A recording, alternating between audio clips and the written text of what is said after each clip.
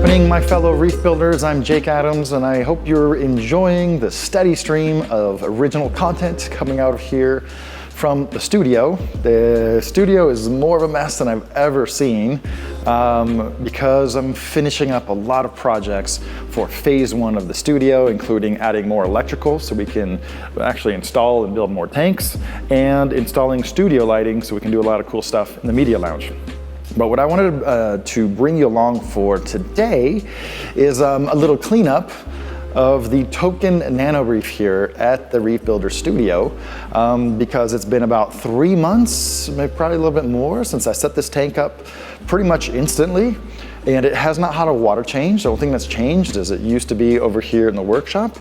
And the corals are thriving. They were thriving so much. There's no protein skimmer on here. There's very little dosing. I hardly ever feed the fish. The corals are doing so freaking well.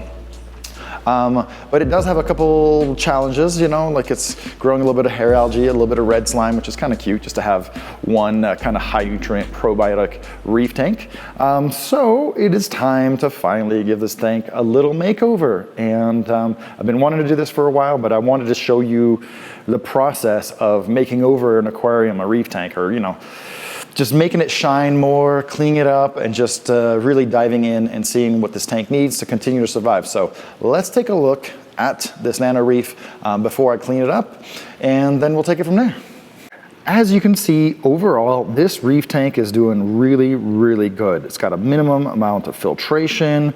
I don't dose it. Actually, I take that back. I have been dosing a little bit of trace elements. I think I was using Replenish VM with a little bit of vitamins, very occasional buffer dose, and periodically adding a little bit of Aqua Power. But other than that, 3 months later, this tank is doing really well. Even I'm most impressed, I think, by these Gonnies here, because they're Gonnie frags, and they just absolutely loved it there. But as you can see, we kind of have a little bit of a scuzzy situation with quite a bit of hair algae growing in certain spots. But it actually hasn't really grown that much. After it showed up, it grew a little bit and then kind of stopped. So all you see in here are, there's actually 3 strains of hammer coral. So this is kind of an electric one, this is a green one, and this is a yellow one. So these 2 strains I've had for 20 years and 10 years, and this one is only a few months old. This is your typical neon green polyp toadstool leather. I've got one little frag here of a candy coral that I've had in my care for a long time. I actually fragged this out of my home tank because some of the polyps were showing some disease. So these diseased coralites need to be cut out so I can just have one healthy one. And like I said, these Gonnie frags here on the side I got from Aquamedic are doing super duper good. And I had this stowaway Fromia starfish that came in on one of the corals. Put him in here and he's done really well. So I think if I have only one concern for this aquarium is that since the hair algae has kind of covered some surfaces, it is not nearly as filmy, there's not like a bacterial film for this guy to really enjoy. So yeah, but otherwise the tank looks really, really clean, and I'm ready to give it a polish. So right quick, I just want to tell you what I plan to do. I don't want to do too drastic of a water change, but you know, I'm probably going to change about 50%. I'm going to manually remove this hair algae, which actually has developed a lot of fine spots, and I believe those are maybe some kind of a copepod that is growing to feast either on the algae or something that's growing on the algae. But there's definitely these small white pods or white spots everywhere. And yeah, this tank has just really developed its own biology. I love it. I initially planned to really like kind of overhaul this tank, but I'm going to be a lot more light-handed with it. So as you can see, here's my token little patch of red slime just growing up the glass. That's going to be super easy to remove. I'm going to scrape off all of the glass, but also that back filter area, and finally give a little bit of cleanup here to the lid, which has developed some salt creep. And surprisingly, the Super Ghetto packing tape, that's only the second application I've had to do. It's held up super duper well considering Well, I mean, not that much. So either way, the Pictochromis, the aberrant Pictochromis, where'd he go? Where'd he go? There he is. I think it's a she. I've been calling it Abby. I know you're not supposed to name fish, but I really love this fish. It's been a really, really cool pet. Okay, so without further ado, let's dive in here to this tank. Gonna do a little bit of cleanup and see how it goes.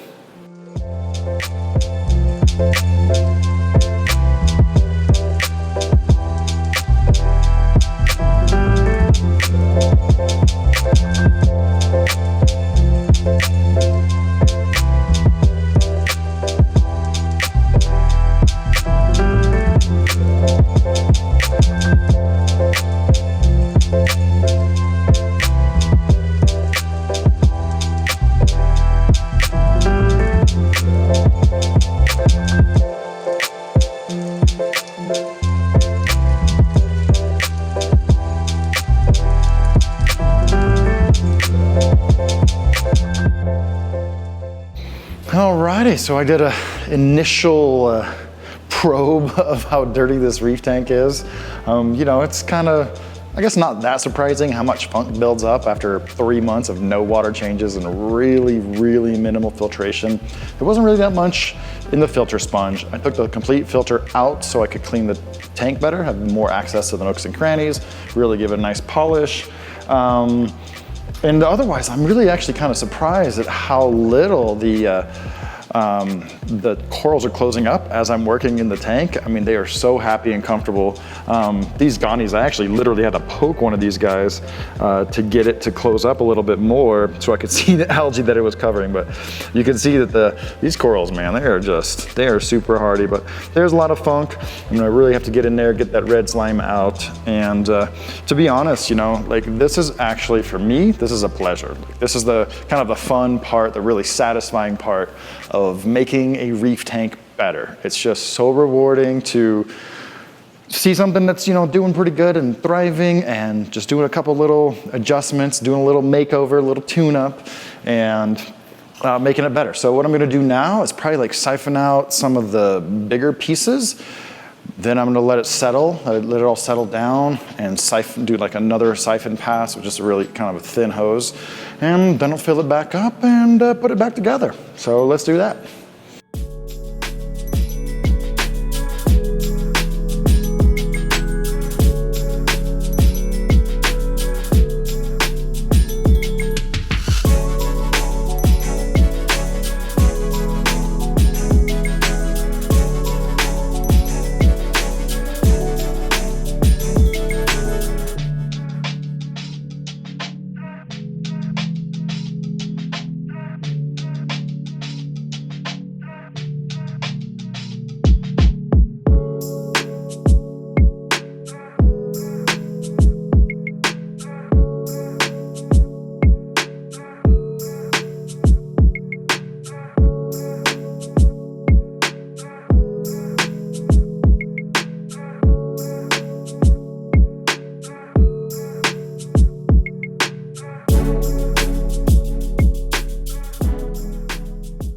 Alrighty, I guess we're mostly done with the initial cleanup, makeover, tune-up of this Nano Reef, and it's always not rewarding as soon as you're done. It's always counterintuitive as soon as you're done cleaning up a reef tank. A lot of times it looks like crap because the corals have all closed up, the water's cloudy, still want to wipe everything down. So what do we have to do? Basically, you know, you can see there's just a lot less funk in between the corals. I've gotten most of the hair algae out. I didn't really have to like get in there and like scrub too hard. Super impressed because like I really had to handle a lot of these hammers, move them around just to kind of get access to the detritus and the algae. And then this guy just doesn't care at all, which is really funny. Australian yellow hammer coral. Otherwise, the corals really responded pretty well, but it's in the evening right now, so I guess I'm gonna put the lid back on, wipe down the glass, and come back at it tomorrow and see how it looks. I have no doubt it's gonna look really great, and then we can discuss a few more things about this reef tank that it experiences and some of the ways it behaves and some of the things you can do just to you know, really get the most out of your reef tank polishing procedure. So let's get back at it tomorrow.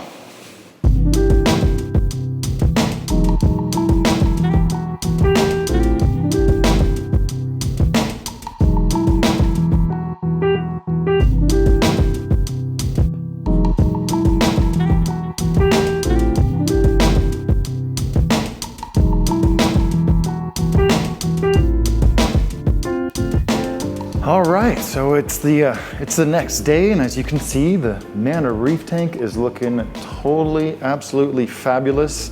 I actually just bumped this thing that it's on, and the corals are swishing back and forth. But yeah, just as expected, this tank was really easy to tune up, to make over. It's not even the middle of the day yet, right? So the corals haven't completely opened up and blossomed, but I wanted to get this video out, and they're like 90% of the way there. But they look really, really good, and this tank was so easy to clean up. You know, it took me maybe an hour and a half to clean this tank up the way I wanted to. But that's because I was enjoying the experience, because I was taking it slowly, because I was being very thorough. So then, you know, if I wasn't filming this, I could have like narrowed that down probably to an hour or 45 minutes if I got all my stuff together and I wasn't setting up the lighting and setting up the camera and all that. So yeah, 45 minutes to an hour of maintenance every 3 months is really not too much to ask to have a successful Nano Reef tank like this one. But just want to discuss a couple of the things that make this tank work. First of all, I want to address a little bit of the algae, the hair algae issues that you saw, because that had a lot less to do with the conditions of the aquarium itself than its placement. So it's in the middle of the studio right here, and we have a lot of windows, and this thing actually gets blasted by direct sunlight for about 30 minutes every afternoon. And I knew that that was stimulating some of the hair algae growth, some of the slime algae growth, but I didn't really care. It's, you know, it's just a small little experimental tank, very easy to clean up. It's not like a giant reef tank full of rock that's growing hair algae everywhere. So kind of ran with it, and I think that's, you know, part of the reason that those gonias are pretty happy over there. If I told someone to set up this tank exactly like me, like this one, the biggest difference between that person and my care is feeding. I feed this fish very, very, so sparingly. I mean, I look at Abby, the aberrant knottyback, every single day, but I probably feed it 3 times a week, maybe 4 times a week, the tiniest little bit of flake, just enough so it gets some bites to eat. And I'm telling you, like, if I told someone to feed very, very lightly, they would still feed about 5 times more, 4 times more, at least double.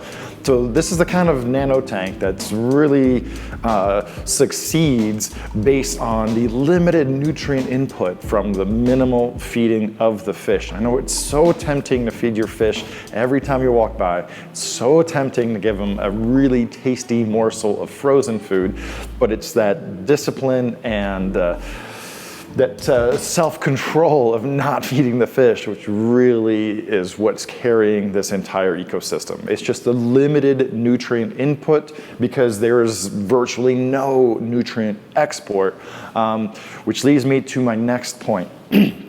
I ran this tank for 3 months, no water changes, in sunlight, you know, just kind of stacking things against its favor for a little while, just to see what it would do. And you know what?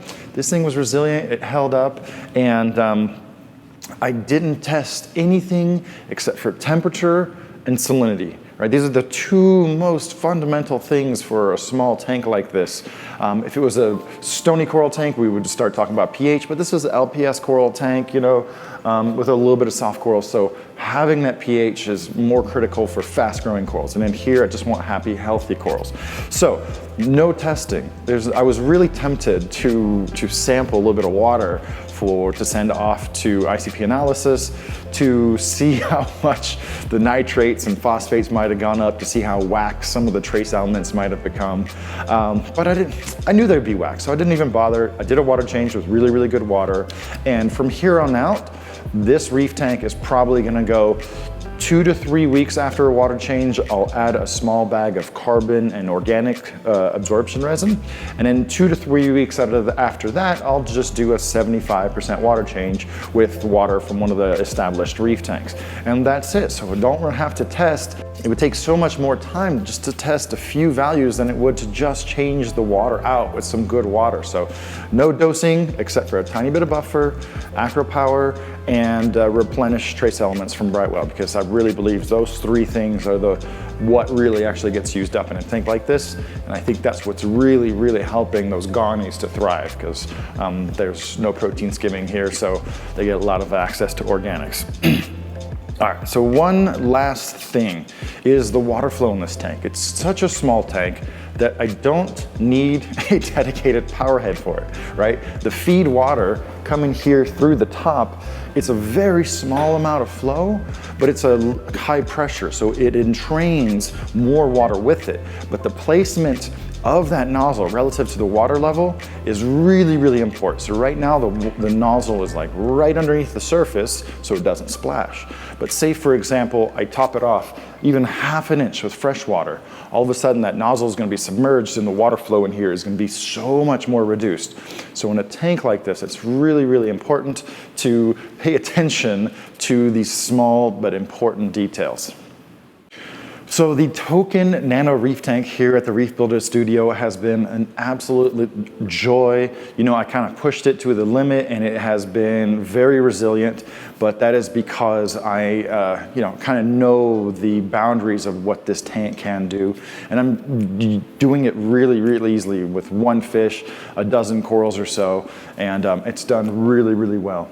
The 2 things that I wish I could change about this tank is the lid situation. You know, putting out a lid that doesn't even fit the whole top seems really silly. So I'm still gonna be sticking with the packing tape for a little while to close out the gap in the back.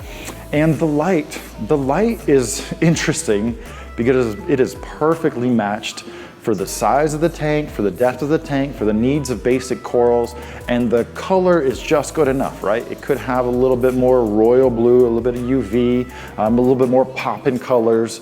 Those 2 hammer corals, the 2 major colonies, in regular reef light, they look really different, and here they really, really blend in. But if there's one reason that I'm gonna have to change this light is it has a touch sensitive button on the back to adjust color and brightness. But when you unplug it and plug it back in, as if you're gonna put it on timer, it's just off. And that seems kind of like a fatal flaw. So yeah, I mean, I've been turning this thing on and off for 3 months manually. Some days it's gotten 4 hours of light, some days it's gotten 16 hours of light. Some nights I've left it on overnight, oops. And some other times, I didn't come into the studio for whatever reason and forgot to turn it on. So, so that's not the best thing for the reef tank. I love how well matched the output of this light is on this tank. It can't be more than like 12 or 15 watts, but I would like a little bit more color rendition, but most of all, I got to have a light that has that can be controlled or has a built-in controller. So I hope you guys have really enjoyed the vlogging style here at the Reef Builder Studio. This is a mini milestone with video number 20, and I thought it'd be really fitting to kind of come around here to the token Nano Reef tank. It's done really well. It responded very well to its little tune-up, its little makeover, and it's just a perfect balanced aquarium, and I'm really, really happy with how it went. So if you guys have any questions about nano reefing in general, how this tank runs, how your tank might be able to perform a little bit better, go ahead and drop them in the comments. This has been one of the most popular tanks here in the series, but it's the first and only display tank I've built so far. But since I'm wrapping it up with this tank, you can count that I count on me starting up a new tank build very, very soon. So thank you to everybody for tuning in. If you like this video, give it a thumbs up. If you love this video, make sure to subscribe, and I will see you guys in the comments.